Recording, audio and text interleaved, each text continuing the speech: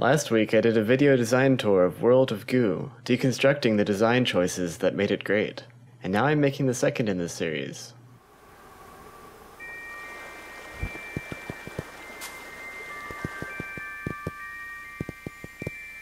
Knytt Stories by Niflos is one of my favorite 2D platformers, so I'm going to talk about some of the design lessons we can learn from it.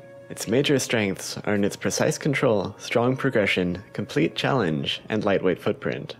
First, let's talk about control. In a platformer, the player will spend most of the game running, jumping, and climbing, so it's important to make those actions as intuitive and precise as possible. With better controls, you can make more complicated levels without making them frustrating or unfair. The overall difficulty of a game is a combination of the difficulty of controlling your character and the difficulty of the challenges your character faces, and it's much more satisfying to have an agile character defeating complex challenges than a clumsy character defeating simple ones.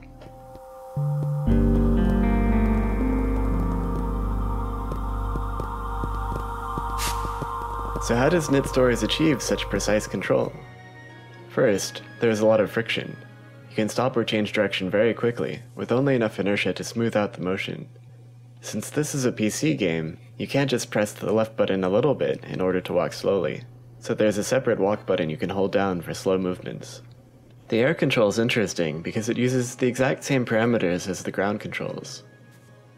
For example, if you jump to the right and then release the right arrow, you quickly stop and fall straight down. Of course, this is totally unrealistic. But by using the exact same controls for movement on the ground and in the air, this control system is easy to learn and makes it simple to perform difficult jump maneuvers. Another way that Knytt Stories simplifies jumping is to have a low terminal velocity, so that you never fall too fast to control.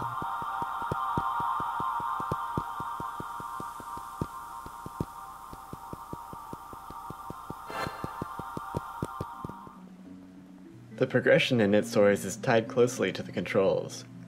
To explain why this is important, first I should explain what I mean by progression. Progression answers the question, why do I want to keep playing?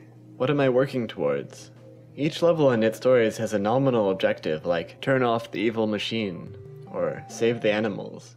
But since this is a fictional world, I usually don't care about it too deeply. On the other hand, when I find a challenge that I can't pass, then I quickly have a new goal that I do care about. I want to find the ability that I need to pass the obstacle. I say that this is strong progression because I'm not searching because the game told me to. I'm searching for it because I want to, so that I can see what's past that challenge. I said the progression is closely tied to the controls, because the upgrades change how you navigate the world. For example, some of the skills you learn are wall climbing, double jumping, and gliding. You usually have to backtrack a little bit after finding these, but the backtracking is actually fun here. You get to breeze past areas that seemed really difficult a few seconds ago. Here I have to do some really precarious platforming to get the double jump. But now, going back is really easy. This game supposedly has an easy and normal mode, and I'm playing on normal. Really, it's more of a hard or extremely hard, compared to most other games. It's hard because it offers what I would call a complete challenge. You have to keep track of where you are going and why, and then figure out how to get past all of the challenges in your way. And then you have to actually do it. You have to worry about strategy, tactics, and execution all at the same time. In most modern games, you only have to worry about one thing at a time, for example by having a magic line telling you where to go. However, people are smart, and we can do all of these things at the same time. I find it a lot more rewarding to face this kind of multi-layered challenge, and it's one of the few games that I can play without feeling like my brain is going numb.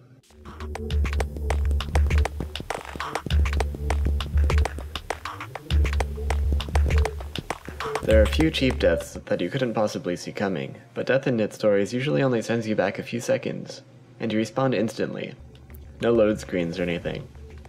There's one scene where a harmless, spikeless creature pops out of the ground as a warning to you that you should be careful, and it would be nice if that happened every time you found an area like that. The monsters are really impressive in their variety. Many huge game releases ship with about 6 kinds of enemy, but Knytt Stories has dozens of them, not counting the ambient wildlife. The enemies all have different behavior too, and since you can't hurt them, you really have to look at them carefully and figure out how they work. One of my favorites is this guy who jumps whenever you jump, so you have to run under him with precise timing, or have the ability to jump higher than he can. Another one I like fills the room with ball lightning, creating instant jumping puzzles. And of course, I can't forget the ninjas.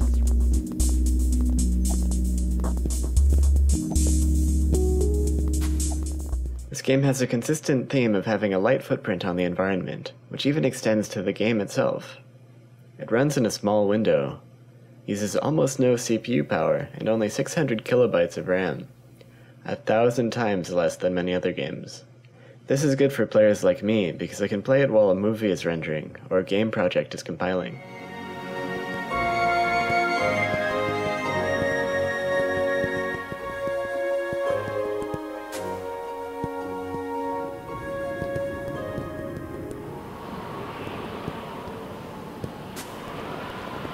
This game uses very simple technology, but these tile sets and cross-fading background tracks are very effective at creating a distinct look and atmosphere for each section of the level.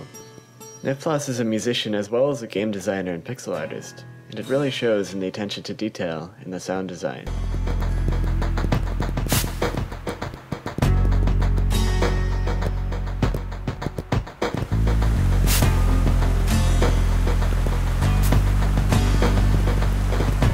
The protagonist is a small girl in a nightgown, about 16 pixels tall, highlighting and contrasting the dangerous and expansive world.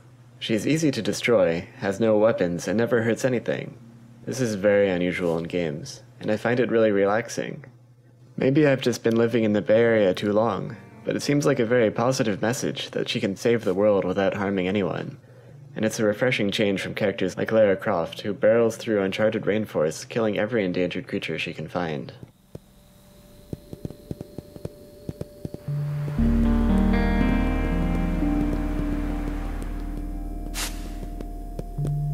The last thing I would like to mention is that the entire game I've been talking about is one huge level, with no load times or breaks of any kind, and it will probably take a couple hours to get through it.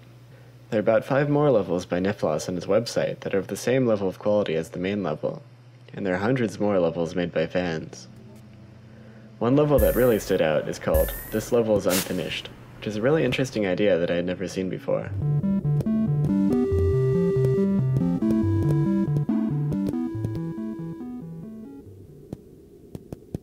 The level called "A Strange Dream" shows off a lot of fog effects that help give depth to the background, since using a blur effect would look really bad with pixel art.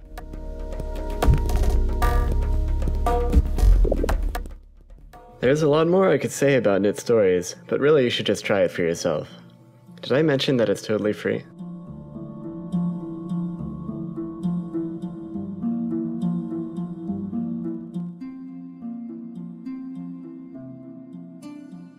If you like this video, don't forget to subscribe to the Wolfire blog so you don't miss the rest of them.